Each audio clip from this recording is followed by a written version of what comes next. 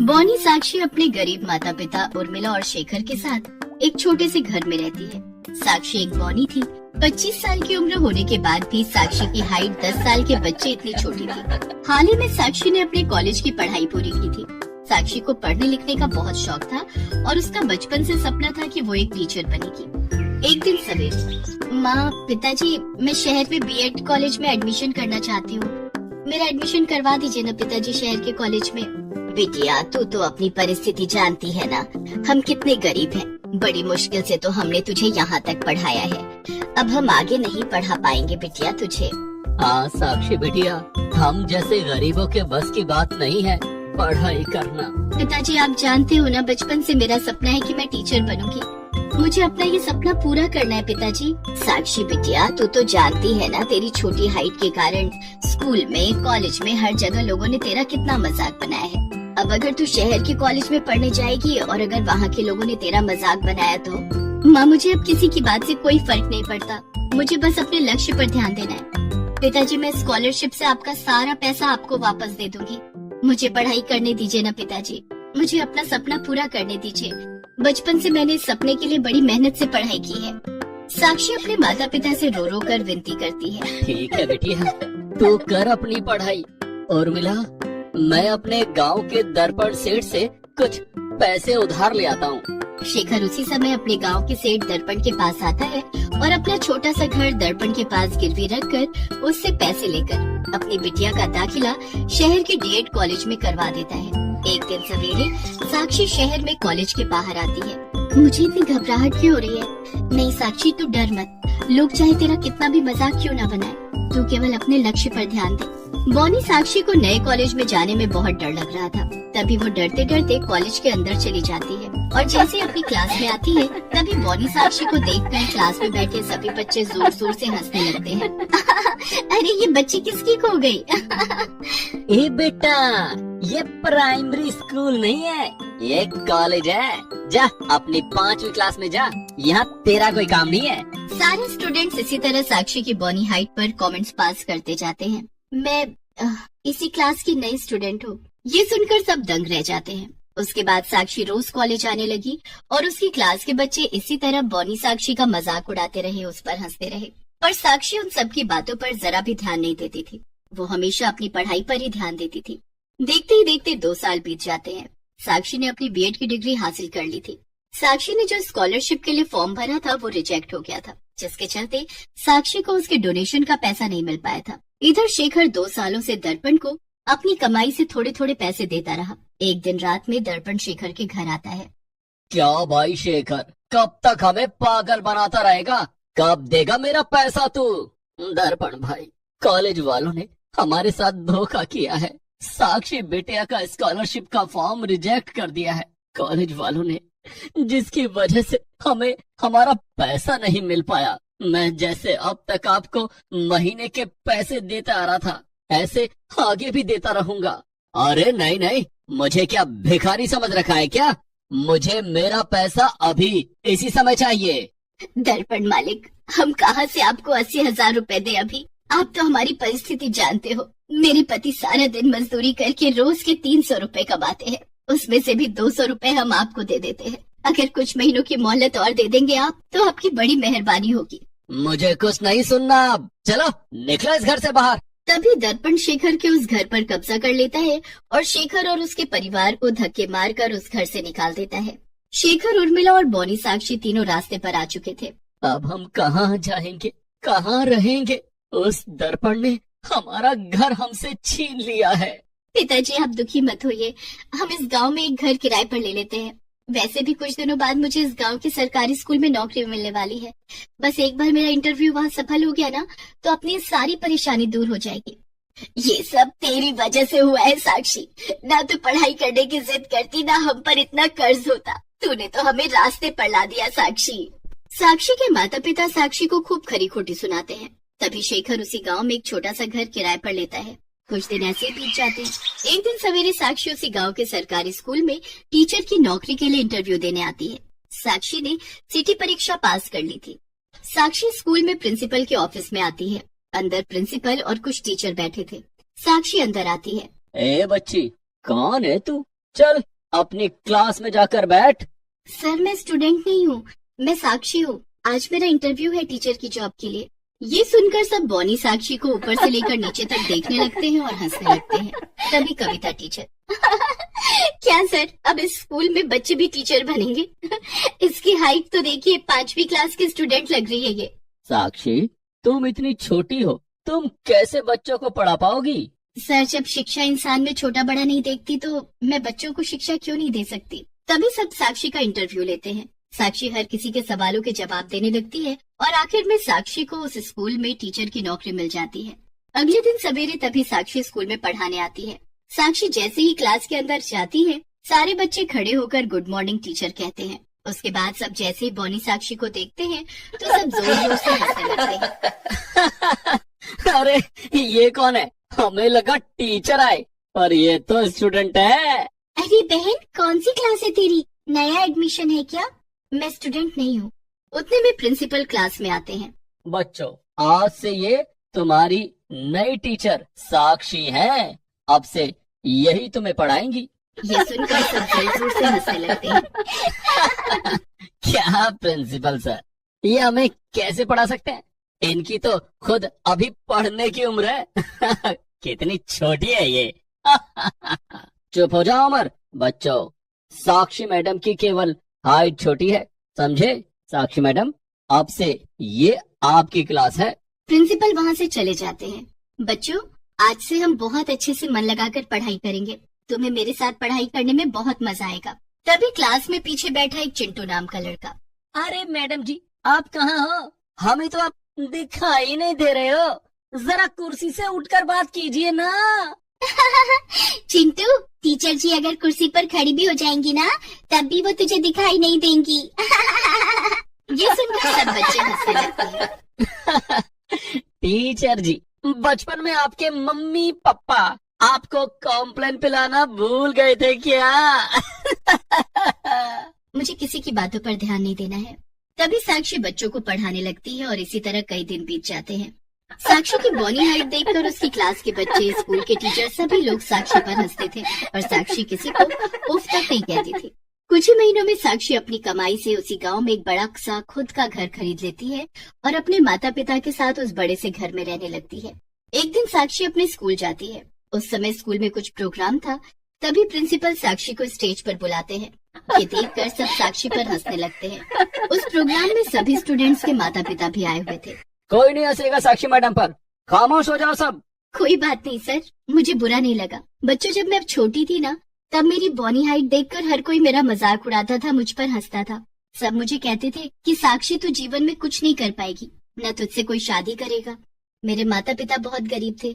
मेरे पिताजी के पास इतने पैसे नहीं थे कि वो मुझे पढ़ा सके, पर मुझे पढ़ने का बहुत शौक था। मैंने बचपन में लोगों के घर जाकर सफाई का काम किया और अपनी पढ़ाई के लिए किताबें खरीदी। कदम कदम पर हर कोई मेरा मजाक बनाता था, पर मैंने कभी किसी की बात पर ध्यान नहीं दिया। बस अपने लक्ष्य पर ध्यान देने लगी। पिताजी की कमाई से बड़ी मुश्किल से हमारा गुजारा चलता था। माँ पिताजी ने मुझसे कई बार कहा कि साक्षी बिटिया पढ़ाई छोड़ दे, तू पढ़ाई करके क्या करेगी? हर कोई तेरा मजाक बनाता है और हम इतने गरीब हैं, हम तुझे पढ़ा नहीं सकते। पर मैंने हिम्मत नहीं हारी। मैं पिताजी से पैसे लेने के साथ साथ गांव में काम करने लगी, पर मैंने पढ़ना नहीं छोड़ा। यहाँ तक कि मेरी पढ़ाई के पीछे मेरे माता पिता को अपना घर तक कुर्बान करना पड़ा। हम रास्ते पर आ चुके थे, फिर भी मैंने हिम्मत नहीं हारी। और आज देखो, मैं इतनी कामयाब हो गई कि आज मैं आपके सामने एक टीचर बनकर आपको जीवन की अहमियत सिखा रही हूँ। बच्चों, आज आपके माता पिता आपको पढ़ाने के लिए अच्छे से अच्छे स्कूल में भेज रहे हैं, आपकी पढ़ाई का सारा खर्च उठा रहे हैं, आपको अच्छे कपड़े पहना रहे हैं, महंगी किताबें बुक खरीद कर दे रहे हैं, आपको पैसे दे रहे हैं। क्यों? इसीलिए कि आप पढ़ लिख कर एक कामयाब इंसान बन सको। बच्चों, मेरा बचपन ऐसा नहीं था। मेरी महंगी किताबें खरीदने के लिए मेरे पिताजी के पास पैसे नहीं थे। हम एक समय भूखे रहते थे और एक समय के पैसे बचाकर मेरी पढ़ाई का खर्च उठाते थे। आज आपके पास मौका है। आपके माता पिता आपकी पढ़ाई के लिए आपको दुनिया की हर खुशी दे रहे हैं, इसलिए आपका कर्तव्य है कि आप अपनी पढ़ाई पर ध्यान दें और एक कामयाब इंसान बनकर बताएं, क्योंकि एक बार उम्र बीत जाती है। अगर गफलत में गालिब फिर समंदर की तरह आंसू भी बहा लिया, तब भी ये समय दोबारा नहीं ला पाएंगे। ये सुनकर सबकी आंखों में आंसू आ जाते हैं और साक्षी की बातें सुनकर सब खड़े होकर तालियां बजाकर साक्षी का सम्मान करते हैं। और उसके बाद साक्षी उस स्कूल में एक मिसाल बन गई। अब स्कूल के सारे बच्चे साक्षी की कहानी सुनकर उसी की तरह कामयाब बनने के लिए दिन रात मन लगाकर पढ़ाई करने लगे।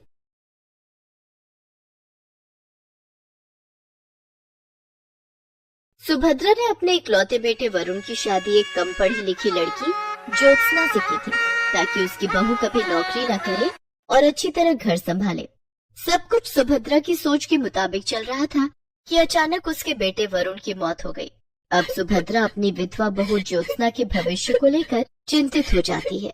ये जानने के लिए देखते हैं विधवा बहू की डोली। सुभद्रा देवी अपने बेटे वरुण की शादी की तैयारियां कर रही थी। आज वरुण की शादी ज्योत्सना के साथ होने वाली थी। ज्योत्सना 10वीं पास थी, लेकिन घर के कामकाज में निपुण थी।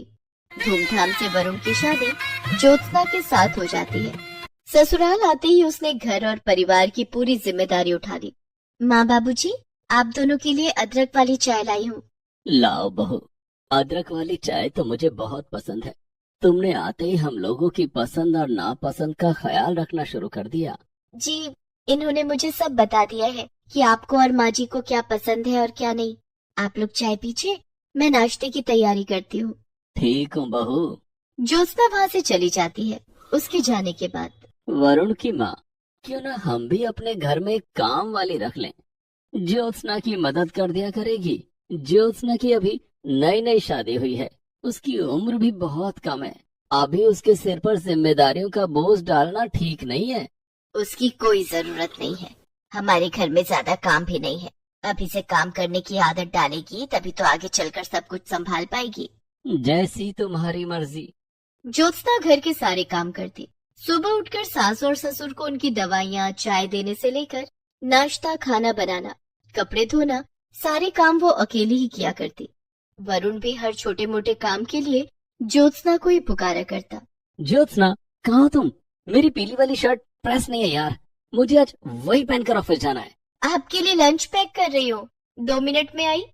ज्योत्सना भागकर झटपट वरुण की शर्ट पर प्रेस करने लगी। धीरे धीरे समय गुजर रहा था।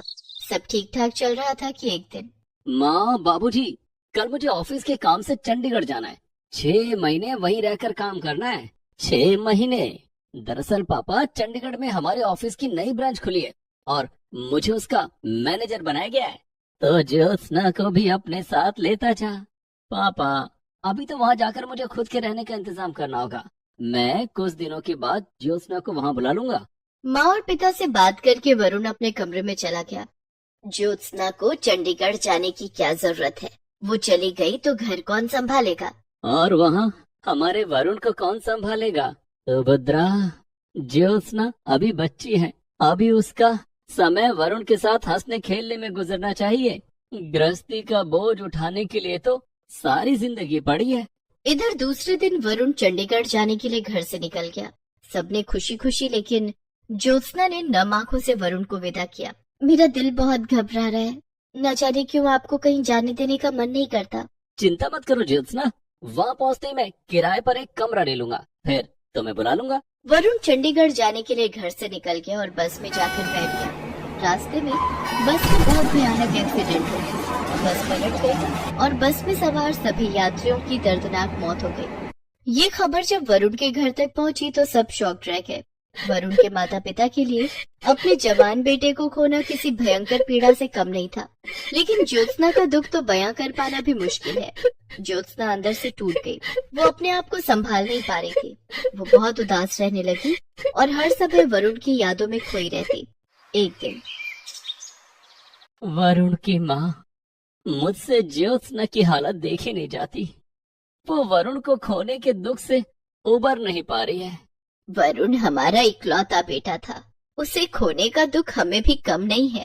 सुभद्रा, हमारी उम्र अब हो चली है, लेकिन ज्योत्सना अभी बहुत छोटी है। उसकी उम्र ही क्या है?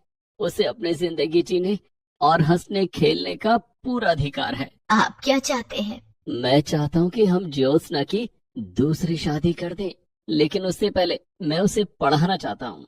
ठीक है, एक बार ज्योत्सना से भी इस बारे में बात कर लीजिए। मैं उसे बुला कर लाती हूँ।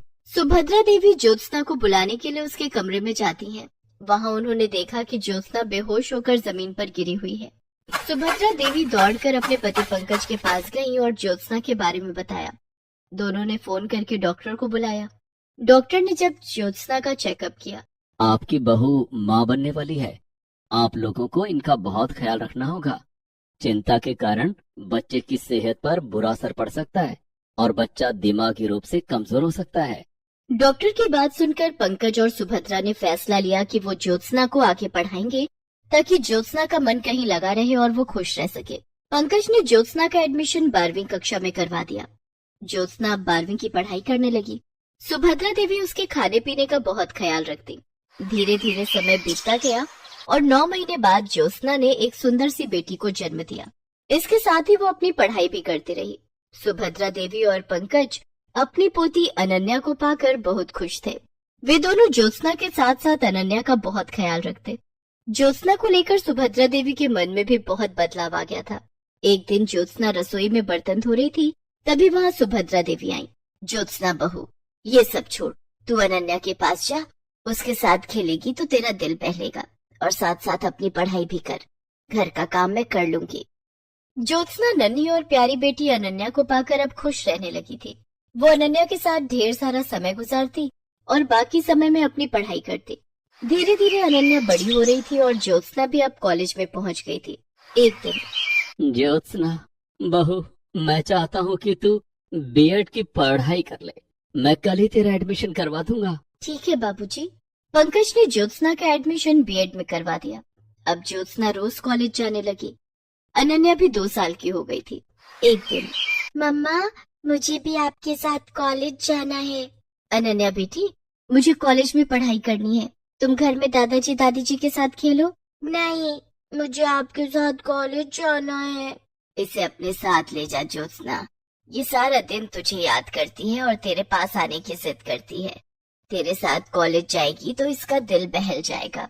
उस दिन ज्योत्सना अनन्या को अपने साथ कॉलेज ले गई। ज्योत्सना की क्लास में सब अनन्या को बहुत प्यार करने लगे। कोई उसे चॉकलेट देता तो कोई उसके साथ खेलता। तभी ज्योत्सना ने देखा कि राजन अनन्या को अपनी गोद में लेकर उसके साथ बातें कर रहा था। राजन ज्योत्सना की क्लास में पढ़ता था। क्या बात है राजन, अनन्या परेशान तो नहीं कर रही है ना? अरे नहीं, बहुत प्यारी बच्ची है। इससे बातें करके मुझे अपना बचपन याद आ गया। तुम इसे रोज अपने साथ लेकर कॉलेज आया करो। अब ज्योत्सना रोज अनन्या को अपने साथ कॉलेज लाने लगी। धीरे धीरे राजन ने अनन्या के साथ गहरी दोस्ती कर ली। अनन्या के कारण राजन और ज्योत्सना में भी गहरी दोस्ती हो गई। दोनों एक दूसरे के करीब आने लगे। एक दिन की बात है, ज्योत्सना और अनन्या दोनों कॉलेज में थे कि तभी बहुत तेज बारिश होने लगी। ओह, अब मैं घर कैसे जाऊंगी? ज्योत्सना के चेहरे पर चिंता की लकीरें देखकर राजन उसके पास आया और बोला, क्या बात है ज्योत्सना, परेशान क्यों हो? देखो न राजन, बाहर कितनी तेज बारिश हो रही है। मैं अनन्या को लेकर घर कैसे जाऊंगी? बाहर बस स्टॉप पर भी पानी भर गया होगा। तुम फिक्र मत करो, मैं अभी ऑटो बुला कर लाता हूँ। राजन कॉलेज से बाहर गया। बाहर बहुत तेज बारिश हो रही थी और सड़क पर पानी भरा हुआ था, लेकिन राजन अपनी परवाह न करते हुए बड़ी मुश्किलों से एक ऑटो वाले को बुला कर लाया। चलो ज्योत्सना, अनन्या को लेकर इस ऑटो पर बैठ जाओ, मैं तुम दोनों को घर तक छोड़ देता हूँ। ज्योत्सना, अनन्या और राजन तीनों ऑटो पर बैठ जाते हैं और उस दिन राजन ने दोनों को घर तक छोड़ा। राजन, मेरे घर नहीं आओगे? मैं तुम्हें अपने माँ जी और बाबूजी से मिलवाऊंगी। हाँ, क्यों नहीं। राजन ज्योत्सना के घर आया। ज्योत्सना ने उसे पंकज और सुभद्रा से मिलवाया और बताया कि कैसे राजन ने तेज बारिश में भी भीगते हुए उसे और अनन्या को सुरक्षित घर तक पहुंचाया। ये तो तुमने बहुत अच्छा किया बेटा, वरना ये दोनों कॉलेज में न जाने कितनी देर बारिश रुकने का इंतजार करती रहती। राजन बेटे, तुम आते रहना और कॉलेज में ज्योत्सना का ख्याल रखना। उस दिन के बाद से राजन अक्सर ज्योत्सना के घर आने लगा और अनन्या के साथ ढेर सारी बातें करता। धीरे धीरे दोनों की पढ़ाई पूरी हो गई और उन्हें सरकारी स्कूल में शिक्षक की नौकरी भी मिल गई। एक दिन, सुभद्रा, क्या ज्योत्सना को अपनी जिंदगी नए सिरे से शुरू नहीं करनी चाहिए? आप क्या कहना चाहते हैं? मैं चाहता हूँ कि ज्योत्सना की शादी हो जाए, वो अपना घर बसा ले, अनन्या को भी पिता का प्यार मिल जाएगा। लेकिन ज्योत्सना से शादी करेगा कौन? मेरी नजर में एक लड़का है। हाँ, कौन है वो? राजन। राजन ज्योत्सना का बहुत अच्छा दोस्त है और वो अनन्या को भी बहुत प्यार करता है। लेकिन हमें इस बारे में ज्योत्सना और राजन से भी बात कर लेनी चाहिए। मैंने राजन को फोन कर दिया है, वो आज शाम को हमारे घर आएगा। हम राजन और ज्योत्सना दोनों से बात कर लेंगे। ठीक है। शाम को जब ज्योत्सना स्कूल से लौटी तो उसने देखा कि राजन उसके घर आए हैं और उसके सास ससुर से बातें कर रहा है। अरे राजन, तुम कब आए? अभी भी आया हूँ। दरअसल मुझे अंकल ने बुलाया। ज्योत्सना बहू, मैं तुम दोनों से कुछ बात करना चाहता हूँ। जी बाबूजी, कहिए। बहू, मैं चाहता हूँ कि तुम और राजन शादी कर लो। ये आप क्या कह रहे हैं बाबूजी? ये कभी नहीं हो सकता। ज्योत्सना बहू, बीती बातों को भूलकर आगे बढ़ना ही जिंदगी है। तेरे सामने अभी पूरी जिंदगी पड़ी है। हमारे बाद तेरा और अनन्या का ख्याल कौन रखेगा? राजन बेटा, ज्योत्सना अब मेरी बहू नहीं, बेटी है। क्या तुम जिंदगी भर इसका ख्याल रखोगे? अंकल, सच कहूँ तो मैं ज्योत्सना और अनन्या से बहुत प्यार करने लगा हूँ।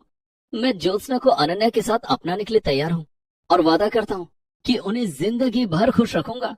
देर किस बात की? हम कल ही तुम्हारे घर आएंगे। तुम्हारे माता पिता से मिलकर शादी की तारीख पक्की कर देंगे। राजन के माता पिता सुभद्रा देवी और पंकज से मिलकर बहुत प्रभावित हुए। दोनों की रजामंदी से राजन और ज्योत्सना की शादी तय हो गई। सुभद्रा देवी और पंकज ने ज्योत्सना की शादी सास ससुर बनकर नहीं बल्कि माता पिता बनकर की। पंकज ने ज्योत्सना का कन्यादान किया और ज्योत्सना को डोली में बिठाकर ससुराल विदा किया। Please subscribe this channel.